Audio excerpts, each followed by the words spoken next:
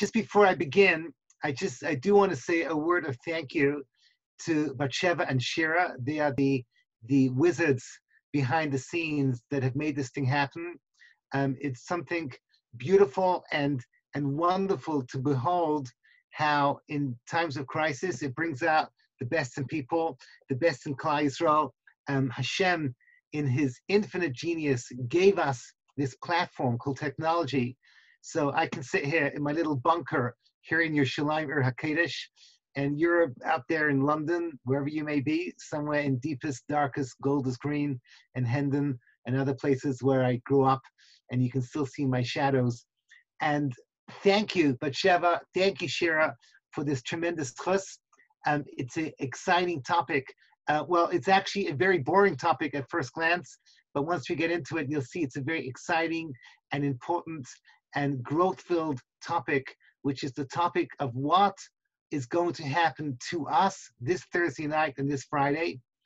As you know, every Jewish month is unique and special, meaning as we travel through the Jewish calendar, we go through different months, and each month has opportunities, just like when you travel through space. Each country is unique and special and beautiful and has what to see and has what to offer. In the same way as you travel through time, the Jewish months have something extraordinary and wonderful to offer. How do you know what a month is all about? One of the ways to do it is to look what happens when the moon is at its zenith, meaning on the 15th of the month, when the moon is at its fullest, and various people, like probably some of your dads, will go to the roof and start howling like wolves because the moon is out.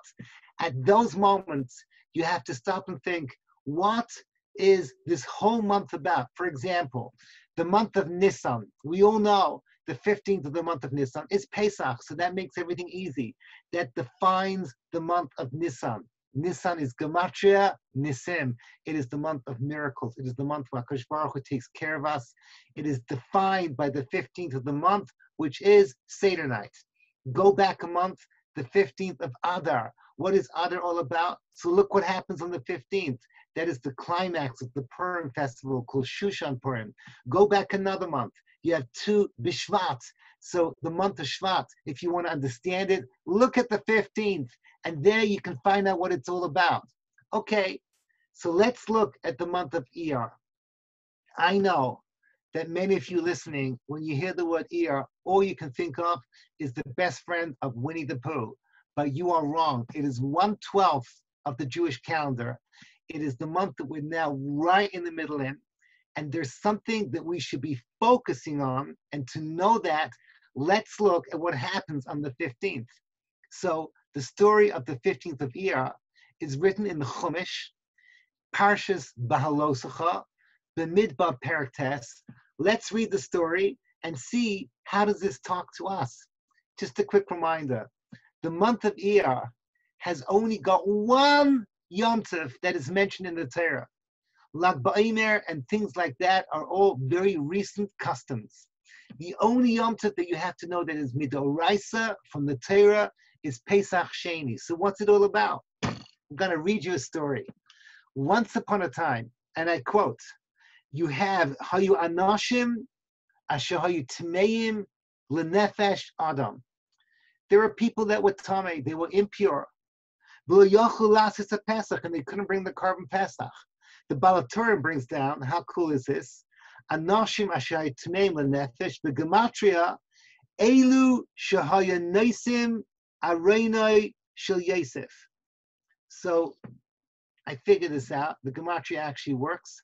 The people that were carrying Yosef's Aron, Aron means the coffin, they were carrying the coffin of Yosef, they were tamei, they could not bring the carbon Pesach, and they complained to Moshe Rabbeinu. What do they say? They say two famous words. They said, Anachnu tmeim l'nefesh, lama nigara. My dear ladies and everyone listening, those two words are the centerpiece of today's class, and they are one of the most important two words to remember in dealing with the challenges of life. Lama Nagar literally means, why should we be left out? That's not fair. Why should we be left out? And the pasuk continues, Lebilti hikriv is carbon Hashem b'sof b'nei Yisrael. Everyone else brought a carbon. We also want to bring carbon. We were tameh. This is our problem. Give us a second chance. So Moshe Rabbeinu says, you know what? I don't know what to tell you. I don't know what to tell you. Let me go and ask Hashem what he has to say. And Hashem in turn introduces carbon Pesach Sheini. Carbon Pesach Sheini, fascinatingly, is the carbon that if Mashiach comes today, which we hope he does, so that is going to be the carbon that we're going to be bringing. But the bottom line is, Pesach Sheini, Hashem says, let them have a second chance. Let them bring a carbon called the carbon Pesach Sheini, and with that, it's a substitute for what they missed a month ago. And now I'm going to ask you to think this through and ask a very simple question. What's going on over here? Where else in Judaism, in our wonderful religion, have we heard of a thing called second chance? God forbid, a person's on a desert island, they missed out on Shabbos. They missed out on Yom Kippur. They missed out building a sukkah. They find out it's over with. And they go to the rabbi and says, well, we missed out on Shabbos. Can we do it on Wednesday? Can we keep Yom Kippur the day after Yom Kippur? Can we build a sukkah some other time in the winter? They're going to look at you and say, Rabbeinu Erloko, you're crazy. You missed your chance. It's over with. One of the things you need to learn about life, you miss your boat. You finished. It's over with. Let me share with you a personal story. I don't know if you guys are old enough to remember 9/11. 9/11 was a crazy moment in our history. After that, it became impossibly hard to travel. And there was I in Los Angeles airport. It has the unfortunate name LAX. It sounds like someone with stomach problems, but the bottom line is LAX airport. I was there when they were training these young men to be able to check suitcases for bombs or what have you. I don't know how the Americans do it. It seems like they collected the biggest group of high school dropouts in the history of humanity. There was something basically backwards with this young man. And he ended up going through my suitcase for over half an hour, and I missed my flight. I was supposed to go to Portland. There were 100 people waiting for me. It was an important gig for me. I wanted to go there. I missed my plane. I complained to the TSA. They said, I'm sorry, it's security. There's nothing we can do for you. It was not security. They were training some person who was half human, half ogre. I don't know what this guy was all about. To this very day, I still get nerves when I go through the TSA. I'm just telling you, Heathrow Airport is a dream. Okay, you go to New York, go to Newark Airport. There's still a sign there that says, do not put child through conveyor belts. If you want to understand what makes the Brits different from the Americans, no offense, my American listeners, but this is like insane. Who would think to put their child into a conveyor belt? Probably Trump supporters. I don't know who's out there, but you know what I mean? Like, okay, Johnny, okay, we're going to put you in over here. It's going to be a little bit like, you know, like a car wash. It's going to be flashing lights. You know, you can do it. And then they say, you know what? Maybe we can squeeze in grandpa. What are they thinking? But somehow or other, I lose out. I miss my flight. I have to deal with these people. I do not get a second chance. Over with. Benito. I missed that flight. It was a terrible, terrible day for me. So what do? You miss flights. You miss things. What are you going to do? You're just going to like cry about it? You move on. That's the secret of life. What happens over here? They told him, Moshe Rabbeinu Nigara, we don't want to move on. We want to move backwards. We want a second chance. What's the whole idea? What are they trying to ask for? I'm going to ask another question. Why is it that these two words, Lama Nigara, define the month of Iyar? So somehow or other, this month, called the month of Iyar, which is 1/12 of our calendar, and we're going through Spheres to Omer, you want to focus on two words in the Torah, it's Lama Nigara. Third and final question. This question is something I saw in the Siva Shalom, the Slonim Rebbe. He points out that the words Bayomahu keeps on appearing in this parsha for no apparent reason. And they came on that day, and they said we couldn't make the Pesach on that day. Who cares on that day? What does Bayomahu have to do with anything? So let me summarize the three questions that I have. They're all basically connected. The main question is, what kind of question is Lama Nigara? It is not an intellectual question. It's what you call, it's not the shaila of the chacham of Seder nights.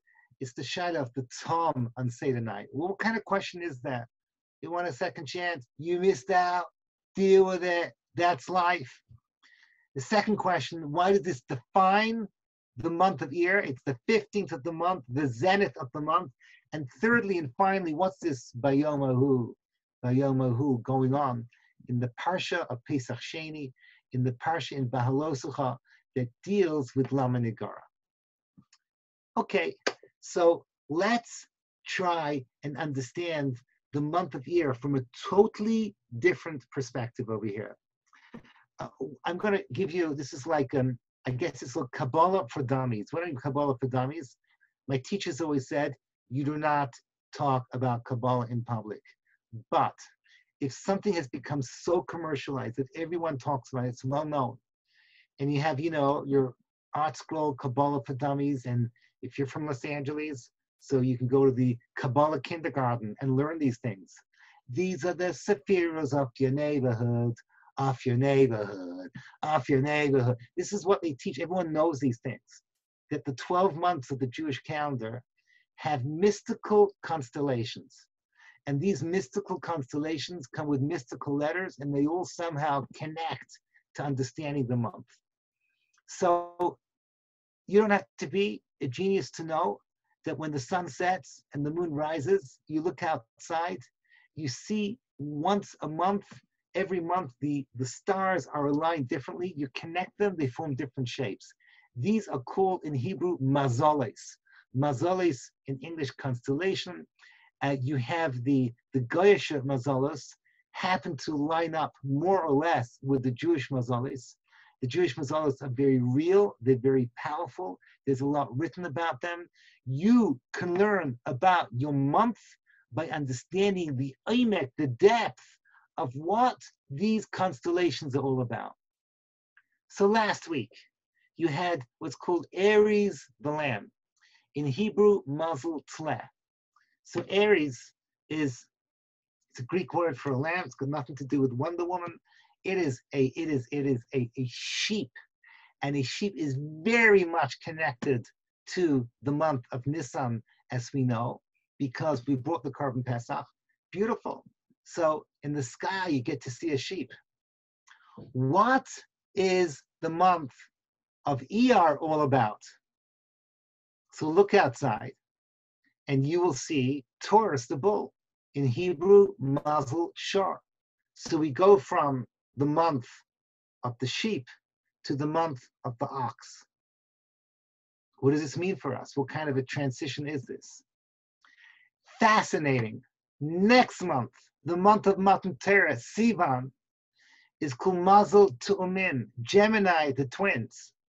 So here we go. Sheep, ox, twins. What's going on over here?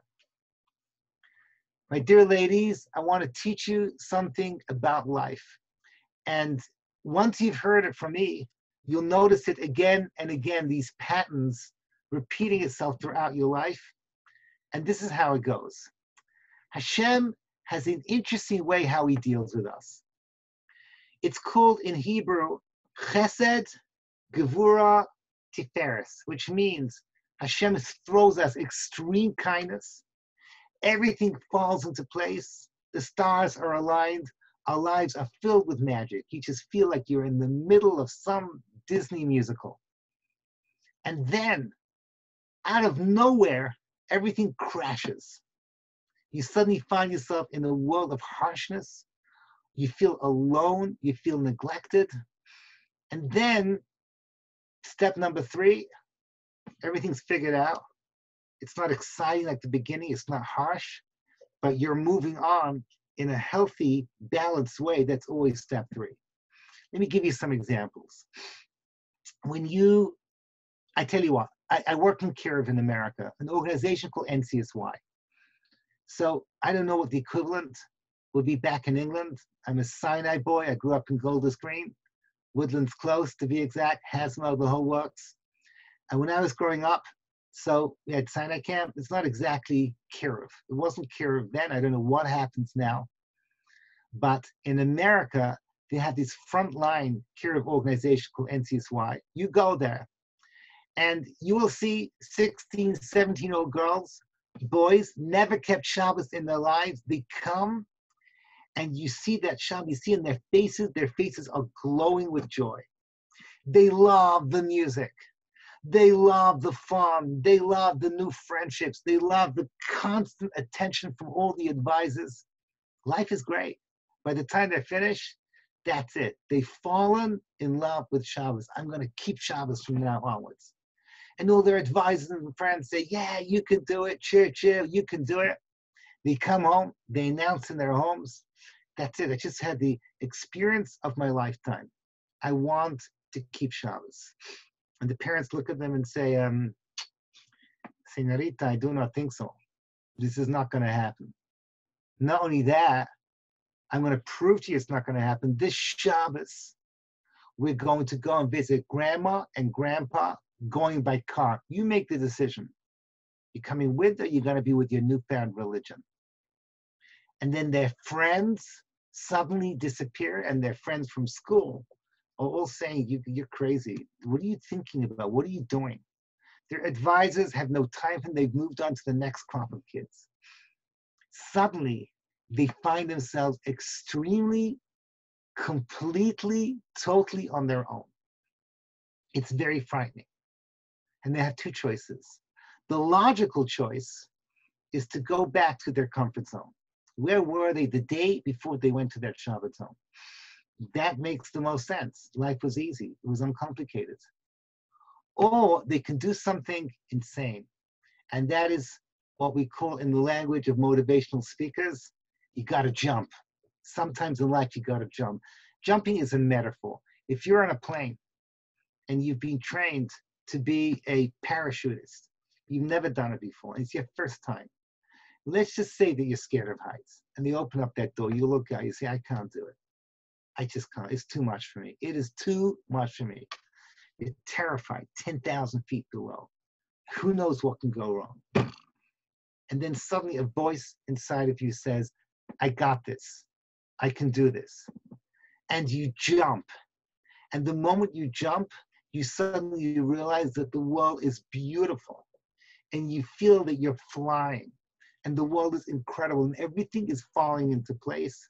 And it's just the most incredible experience. But that moment when you decided to jump, you didn't do something from your intellect, because the intellect was saying no. You did something from your heart. You found something deep down, reserves. In English, we use the word, you found the guts to do something that is intrinsically sounds irrational. Other examples. I don't know if you're before or after you're in seminary, but when you went to SEM, those of you that went to SEM, how often do you hear the story? You arrive in your new seminary. Everyone's smiling, everyone giving out candy packets, sweet packets, and stuff like that. Life is great. You meet your new roommates, people from all over the world. You go to the Kaisel, you go to Yerushalayim, it's your first Shabbos at a beautiful home in Yerushalayim. Life couldn't be better. And then boom, out of nowhere, suddenly things go wrong.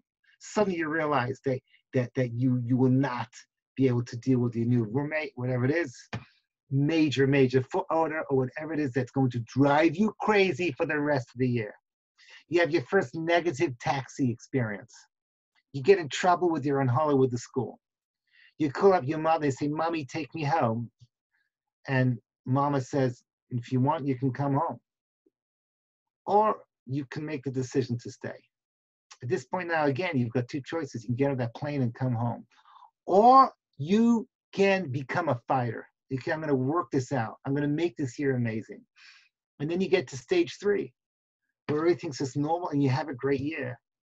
Just like in my story with the kid keeping Shabbos. once she forces herself, after a while she gets accepted, and then Shabbos becomes part of her life. One third example, which you're not going to like. You're not going to like this example, and maybe it won't happen to you. You know what? Maybe it won't happen to you.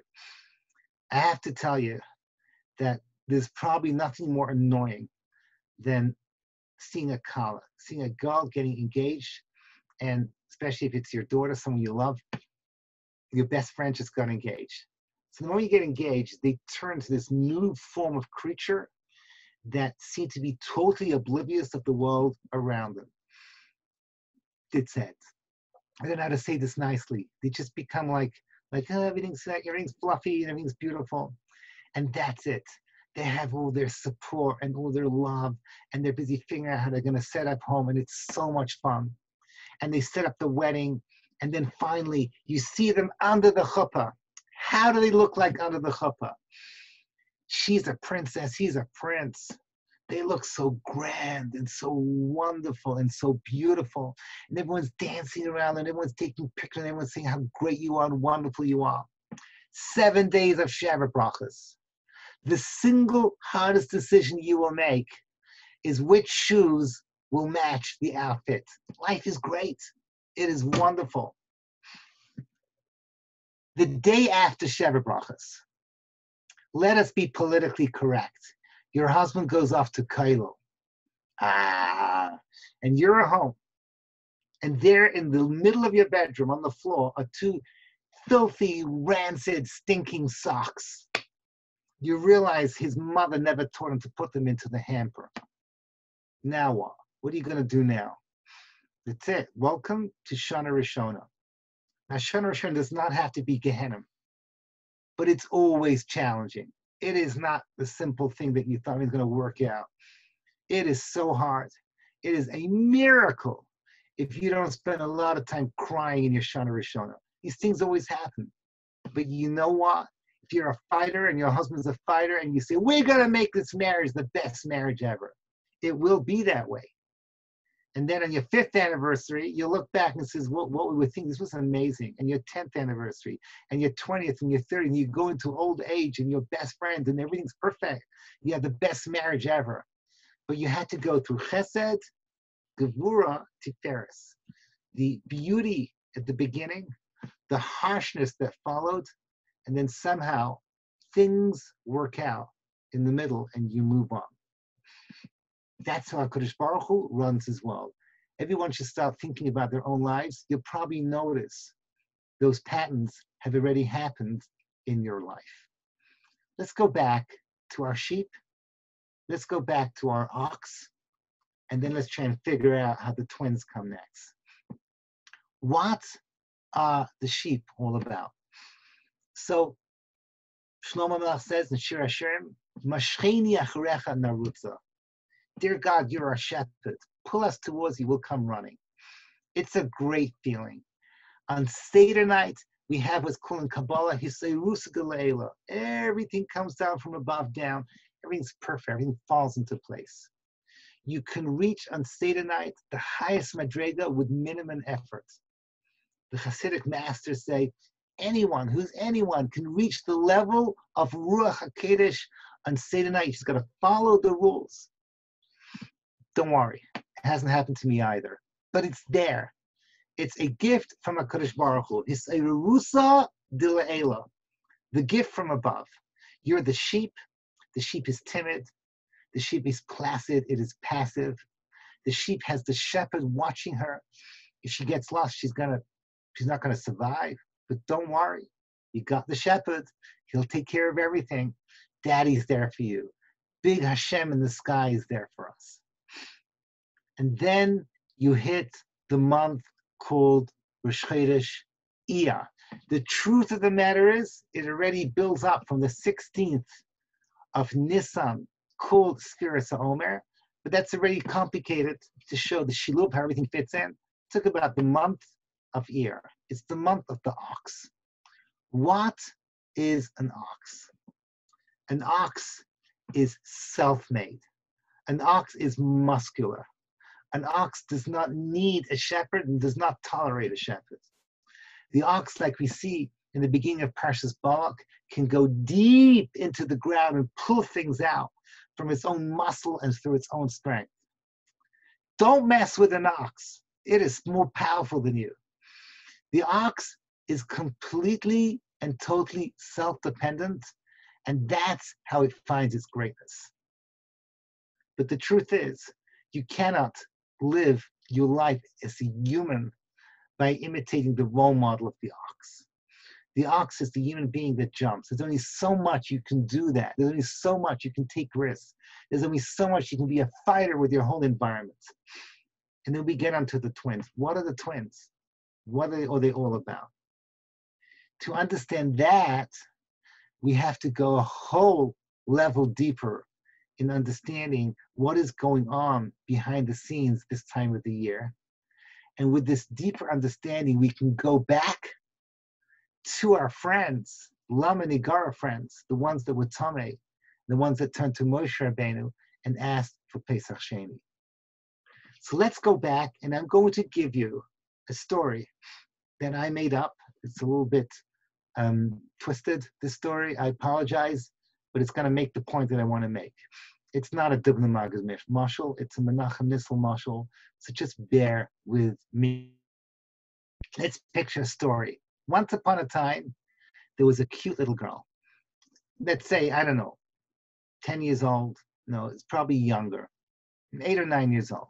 I don't remember. What's that age when you're just cute and life is beautiful and you have a daddy, you love your father, and your father takes care of you. Every Sunday morning, he goes out with you in the car and they go to the park and then they play in whatever it is, in Princess Park. No one goes there. And I used to go, whatever, Sherrill Park. I know these places still exist. Hampstead Heath. Life was good back in the olden days. And you go there with your kite, with the ball, whatever it is. Daddy always buys you an ice cream at the end. Yum! Okay, this is great. Life is good. And that's it. And during the week, you don't see Daddy so much. He's working. He's got his chavrusas, whatever it is. But Sunday morning, that's your time with your father. And you feel his closeness. And you feel his love. And you feel how special he is and how everything is just perfect. And then one day, Daddy says, I've got a surprise for you. And you go, yeah, I love Daddy's surprises. What's the surprise? I'm going to get you a bicycle. You're ready to have your own bike. Yay! Okay, so you go to the local bike store, and that's it. Daddy says, just don't tell Mommy how much we're paying. Choose whatever you want. Of course, you go for the pink bike with the training wheels, with little tassels, and whatever it is that, whatever is the latest fad that you have to have her picture on. My daughter back then went through. I've forgotten her name. She's the one that looks like she has a brain tumor on her head. Dora the Explorer. There we go. Okay, so I don't know. She takes off. I used to torment my daughter by asking her, how does she take off her t-shirt when her head is like, okay, I'm strange. I know that. I apologize. Little Dora the Explorer. That's it. She is going with her daddy every Sunday morning with her wonderful bicycle, and she's driving along, and Daddy's running along next to her, and life is good, and life is great, and everything's falling into place. And in the end, they get their ice cream, and that's it. Nothing is more wonderful than my father. And then one day, Daddy says, I have a surprise for you, sweetie pie. The sweetie pie goes, okay, I love your surprises. Daddy puts the bike into the car, and they travel out. And suddenly, they're in neighborhoods that she does not recognize. And it's becoming like dark and scary. And Daddy's driving higher and higher up some winding road. Daddy's quiet.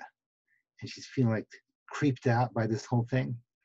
And they get to the top, and she opens out, and she sees over there a road that goes like this, okay, all the way down. Daddy's taking off the training wheels from the bicycle. And before she has a chance to say anything, Daddy puts her on the bike, gives her a shove down the road, and screams out, hasta la vista, baby. And that's it. She turns around, Daddy's gone.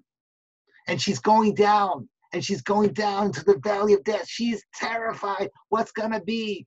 And she's going down, and she realizes she's got to act fast, because if she hits the bottom and doesn't do anything, oh my gosh, it's going to be, little bits of sweetie pie mixed up with the concrete, and not a pretty sight. But she has a second choice. She can instantly learn how to ride a bike on her own, and she can take control. And this is what she does. She suddenly focuses. She realizes what she takes off the handlebars, and she says, I can do this. And she glides down. She gets to the bottom, and she is an angry young lady. That's it. I'm over with my father. He betrayed me when I needed him most. At that moment then, Daddy comes in with a big ice cream, a big smile, and says, here I am. You are great. Let's go home. And she says, well, not so simple. I'm finished with you, Father. I'm joining a biker's gang. This is it. No more sweetie pie. I know, like leather from Gehenna guy. That's it. I'm finished with this. You have let me down when I needed you most. So she looks at him, and he says, my dear girl, can I just tell you one thing? Just one small thing. Do you know that I own an invisibility cloak? So that's like a Harry Potter reference. You put on this blanket and you turn invisible. He goes, what? I said, look, I'll show it to you. Look, the moment I said hasta la vista, I actually put on that cloak, and I was riding next to you, and I was so close. You don't even know how close I was. You don't even know how close I was with you at every second. There was never a chance you could ever get hurt. And she looks at him and says, you are twisted, my dear father. I'm reporting you to the authorities. You have issues. And then he says, listen, no. I need you to understand me, but listen to me carefully. Because what I'm about to tell you now is something that you need to remember for the rest of your life. You can only be a sweetie pie so far. The world does not need sweetie pies. The world does not need passive people that are taken care of by other people that feel entitled, people who do not take initiative. That's not how you make a great world. The world does not need more sheep. That's not what we need. We need people who are independent, who can take on responsibility, who can see a need and fix it. Because Baruch Hu says to Klal Yisrael, I need a partner in this world. And to do that, you have to find that most important person ever. That person is called yourself. At that moment when you took hold of the handlebars in the mashal, that's the moment you discovered that you had reserves of strength and intelligence and skills that you never knew you had. That moment had to happen to you. So when you got to the bottom, so now we can become partners, because that's how we build the world. That's the Eimek. That's the deep, deep, deep idea of how the ox becomes the twins. Who are the twins? Go and look in Shiur HaShir. Yoinasi, Ahabasi, Tumasi. Chazal say Tumasi means Hashem says, you are my twin. Together we build the world. It's like Achashverosh representing God, turning to Esther representing Klal Yisrael, and saying, Chatzi HaMalchus, 50-50, we're going to work this together. We're going to change the world to make it into a better place. So you started off as the sheep where everything was perfect. You were passive, everything was done for you. And then you went through those moments of aloneness when you felt abandoned. And then at Har Sinai, you realize there wasn't a single moment when Hashem wasn't there for you. It's just that he had to hide because he needed you to become you, to become the person you were always destined to be. Then at Har Sinai, in the words of Shlomo Melech, Yom Chasunasa, God's wedding day, Yom Simchas Liv, the day of his true rejoicing.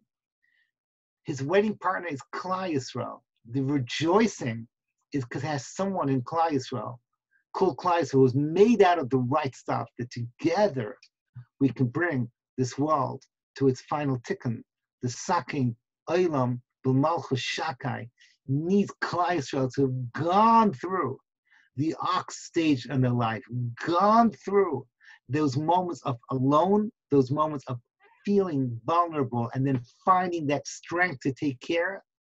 And then at Har Sinai, K'ish echad b'lev echad, we become Knesset Yisrael. And there at Har Sinai, there's a wedding day, and we are equal partners. At a wedding, the kala is not less than the chassan. And at Har Sinai, you've got heaven and earth are the witnesses. You have the flowers are provided for by Gan Eden, according to the Medrash. You have the food being a milchik smorgasbord, as we all know. They had whatever, blintzes, cheesecake, and that's it. The angels are the guests. It was just incredible. There was a wedding day which we had earned through the struggle of Sfiras HaOmer. That struggle of Sfiras HaOmer, if you can summarize it in 2 words, those 2 words would be Lama Nigara. Why should we be left out?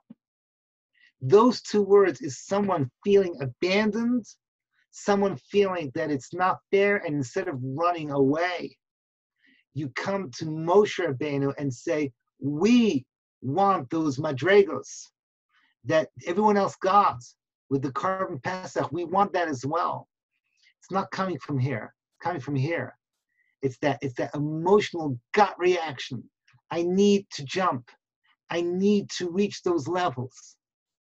The Moshe Rabbeinu, give us the tools. And he talks to Hashem. And Hashem says, I will give them those tools. It's called Pesach Sheini. It's called Pesach Sheini. Pesach Sheini is the second chance to reach that madrega that everyone else reached a month ago. But this time you did it because you wanted it. You fought for it. You struggled for it. You earned it over here. So, before I answer the Hudaya's question, I'm not, this is just like, I don't know why, Carbon Pesach.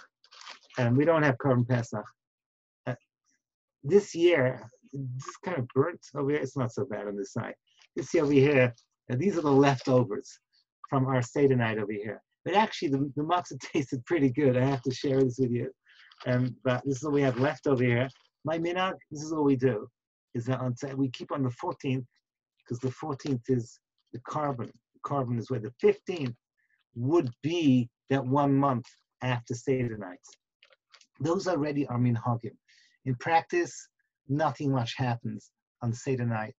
On Pesach Sheini, in practice, we don't say tachanun and davening. The real Pesach Sheini is not the tefillos you say. It's not the minhag of the matzahs. It's the thinking about what this day is all about. That there are times in life when you will feel alone. And at that moment, then you need to struggle and fight this through until Hashem reveals himself and says, don't think I wasn't there for you, but you had to do this on your own. And then you realize how close and how loving Hashem is. And then you can go towards the chuppah, which is what Har Sinai is all about. I don't think that we are living in particularly normal days. Of course, I'm not a great rabbi, but I do know a little bit of history. What we're going through, the challenges that people are going through, we haven't seen this in 75 years. This whole planet is involved in this feeling alone, feeling the need of introspection. Today, just by chance, I'm on WhatsApp. I had 2 students, both of them complained to me about how they feel zoomed out. They can't deal with all this Zoom. It's too much for them. And they want me to give them chizuk. I had a student from Baltimore who's starting a new chizuk group for all the older singles over there who are climbing the walls. It's not easy. And Hashem is taking this long rope, and this rope is called emunah. And he's asking us to hold on as that rope is being shaken up and down. Those are not my words, those are the words of Rabbi Elimelech Melezhenz describing what happens before Mashiach. And then If you can hold on, so you reach this extraordinary world called Bayom Hahu. Remember my third question back at the beginning of the class. Bayom Hahu. Bayom Hahu. Yeah, Hashem Echad, Ushemo, Ushemo, Ushemo. Shema Yisrael, Hashem Lakin, Hashem Echad. When does that happen? Bayom Hahu. Bayom Hahu is a reference that if you can come out strong, then you are bringing the world to that world called Bayom Hahu, the world of perfection, the world where everything is exactly the way that Kadosh Baruch Hu wants things to be. So I can't do this for you. Your teachers can't do this for you. Your parents can't do this for you. Looking inside of yourself and finding inner strength in the month of Iyar, there's only one person that can help you, and that's yourself. But guess what? You're ready for this. Guess what? You've got this. Guess what? If you made it into the month of Iyar, it means that you have to find your inner ox, your inner shar, and you have to learn how to jump. You have to be able to, whatever your demons inside of you that you're challenging with, that breakthrough in tefillah that you're looking for, that breakthrough in the relationships that you have, those of you who are in a home and you're straining to have relationships with parents or siblings, with friends that you used to have and you want to hold on to them. So that breakthrough, don't wait for things to happen outside. Find that breakthrough in yourself. Some of you have other challenges. I was going to bring you my cell phone. That's one of my challenges, to be in control of my technology, not let my technology be in control of me. It's a huge challenge, especially today, when your technology is your portal to the outside world, to be able to be in control, that you don't waste time, you don't go to places that you don't want to go. That's an ER moment. That's an ox strength to be able to come out and say, I've got this, but you do have this. Because Baruch Hu is running his world in this crazy way. You're sort of forced to be in this world. Yesterday, I had a funny thought, and I want to share this with you. Yesterday, I went outside, and I was wearing glasses. And I don't know if you know this, but yeah, this is kind of gross what I'm about to do. But yeah, you see this? A little bit when you breathe into your mask, so it creates a steam on your glasses. I was thinking so many people are suffering from foggy glasses. And then I remembered that the Chasam Sofer says the most beautiful thing that applies to nowadays. When I'm talking to you, I don't even realize that there's air coming out that is made out of moisture. And those vapors, where do they go? So the Chasam Sofer says a chiddush, an idea. Those vapors actually go up, and they fit in to the water cycle of the universe. So I don't know if you learned this in your geography classes, but Chazal say that just like we have all kinds of cycles in nature, I'm breathing out carbon dioxide, and the plants are breathing out their oxygen. In the same way that the lakes are giving out vapor that go up into the clouds that come down as rain. And what adds to that is my breath. Says the Chasam Sofer, God forbid, you're saying Lashon Hara, you're saying bad things. So you create vapor with negative forces that go up into the higher worlds. They enter into the cloud system and they come down. And those are waters of tumah, of impurity, that go into the ground and become part of your food, part of the wheat and the barley and the vegetables, and you eat them. And it creates more tumah, and you say more stupid things. And this cycle keeps on going, a cycle of evil. So Hashem says, I'm going to break this now. Boom, ka. So what does he do? Because Baruch Hu brings Bitzeres, which means famine. He brings no water. Everyone goes into their houses. Everyone starts to turn their mouths into evil mouths, into mouths of beauty, with tefillah, and crying to Hashem, and working on tikkun peh and lashon hara. And then suddenly with that, all the good vapors go up, and they feed into the system. Hashem says, okay, now we can bring down the shefa. Now we can bring down all the beautiful, beautiful liquid. I just want to share with you something very cool. As I'm talking to you, it just started raining over here. Can you hear? It's pouring as I speak. How cool is that? It's the middle of Iyar, and I'm talking to you about the rains, the clean rains coming down. Obviously, we're doing something right. This is like insane. But listen to me carefully. I don't think that people are on a high enough madrega to think about the Chasam Sofer. So Hashem says, okay, here's the deal. Every time that you see this, think about the power of your speech and what you're capable of doing. Now I want to finish up this class over here.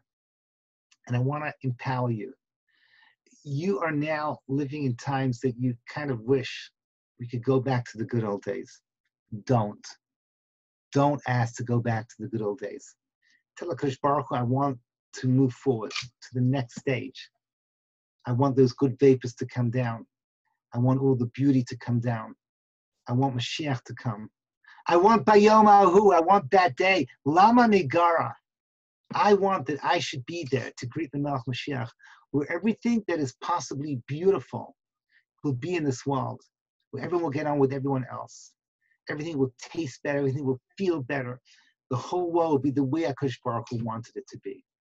To get there, HaKadosh Baruch Hu needs you to be the ox, to you to find that inner strength. For you to say, Lama Nigar, I do not want to live an average, boring life. I want an above average, extraordinary life with Hashem. You say those words, Lama Nigara, HaKadosh Baruch Hu will eventually show himself, that loving God, and says, come, let's build the world together. And that would be the Bayom Ahu. So I want to give you all, from this rain-soaked Yerushalayim HaKadosh, I want to give you all a bracha, that each one of you who's feeling a little bit on your own, to find that inner strength, to become that person that you were supposed to be all along. We don't need more sweetie pies. We need Lama Nigara Jews. We need oxen. I give you the bracha, you should find that strength. And through that, let the bracha expand. Let the rains come down. Let the shefa come out. And HaKadosh Baruch Hu should give us all that Bayom Ahu, with the coming of the Geula, with the coming of Mashiach, B'mhera v'yameinu, Amen. Thank you again, Batsheva. Thank you, Shira. Thank you, all my wonderful friends back in England. HaKadosh Baruch Hu should give you bracha in all directions. Thank you. All the best. Thank you very much, Thank Rabbi. Thank you so much. I recognize so many of your names, and yeah, I know some of your families. Send my regards to everybody. All the best.